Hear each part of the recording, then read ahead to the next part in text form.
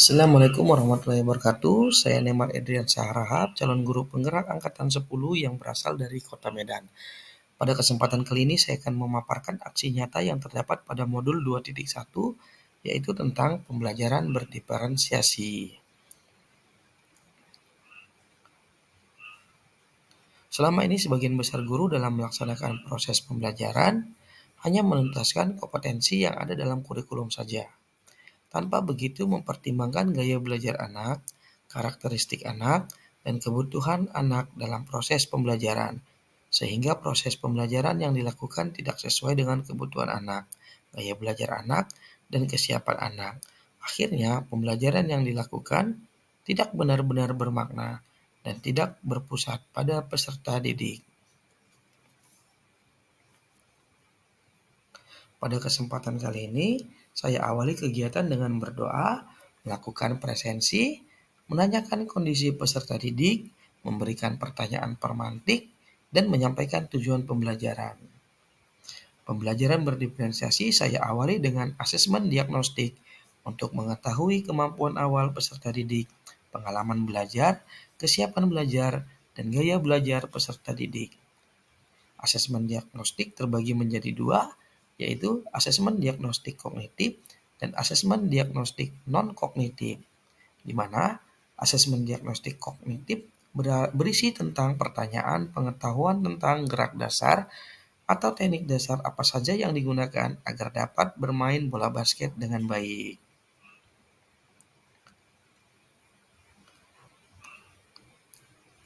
Setelah dirasa cukup, kegiatan dilanjutkan di lapangan. Saya membawa anak murid untuk berbaris di lapangan. Kegiatan diawali dengan pemanasan statis, dinamis, dan pemanasan permainan yang sudah saya buat. Tujuannya agar motivasi belajar peserta didik meningkat dan mereka senang dalam melakukan gerak.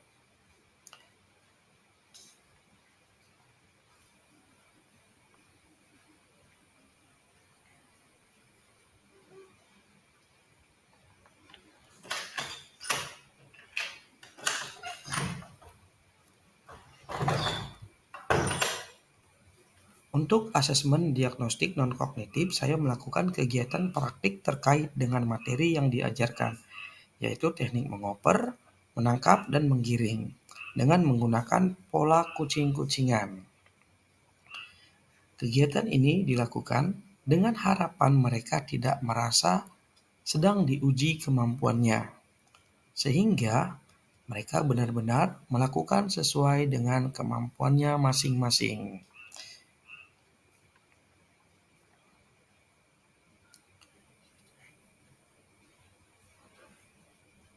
Dari kegiatan asesmen diagnostik ini, akhirnya saya memutuskan untuk membentuk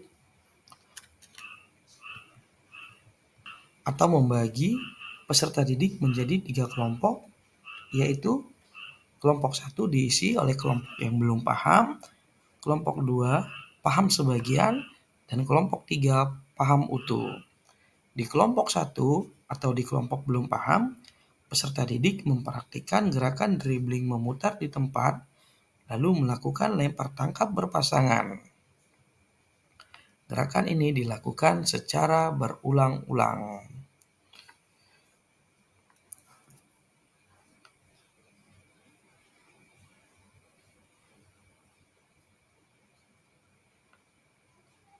Di kelompok 2 atau kelompok paham sebagian, peserta didik mempraktikkan gerak dribbling zigzag dan lurus ke depan, lalu melakukan lempar tangkap berpasangan. Gerakan ini dilakukan secara berulang-ulang.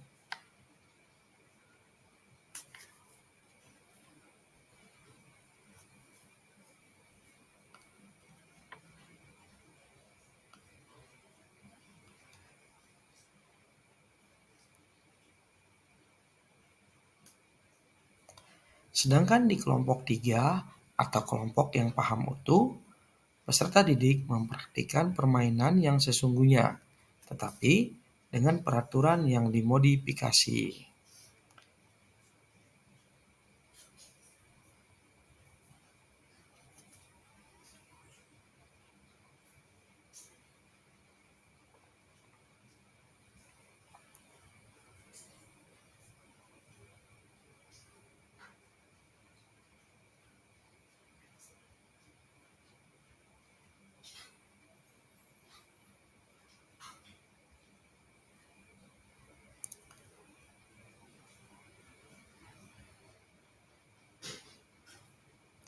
Di pertengahan aktivitas, peserta didik dikumpulkan untuk berdiskusi dan menganalisis gerakan yang sudah mereka lakukan.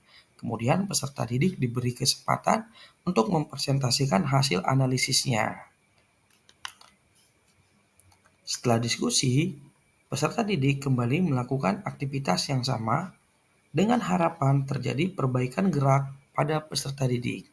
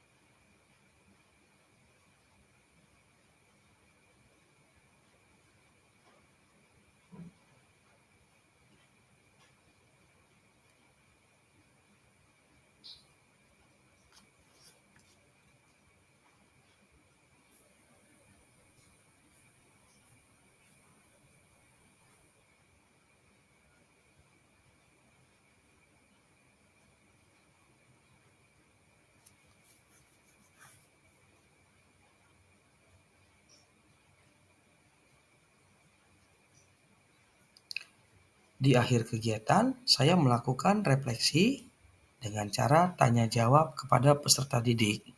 Peserta didik menyampaikan perasaannya setelah mempelajari materi bola basket pada pertemuan kali ini.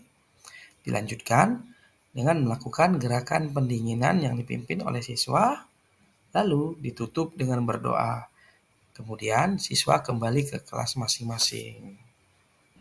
Assalamualaikum warahmatullahi wabarakatuh. Perkenalkan, nama saya Davina Faiza Henry dari kelas 7B. Menurut saya, pengajaran yang dilakukan Pak Nemar sudah cukup baik karena Pak Nemar membagi kami menjadi beberapa kelompok yang terdiri dari kelompok 1 sampai kelompok 3. Di setiap kelompok kami memiliki kemampuan yang sama, sehingga saya lebih mudah belajar karena saya memiliki teman yang tingkat kepahamannya sama dengan saya. Terima kasih. Assalamualaikum warahmatullahi wabarakatuh. Perkenalkan, nama saya Muhammad Hanif Al-Azam dari kelas 7B.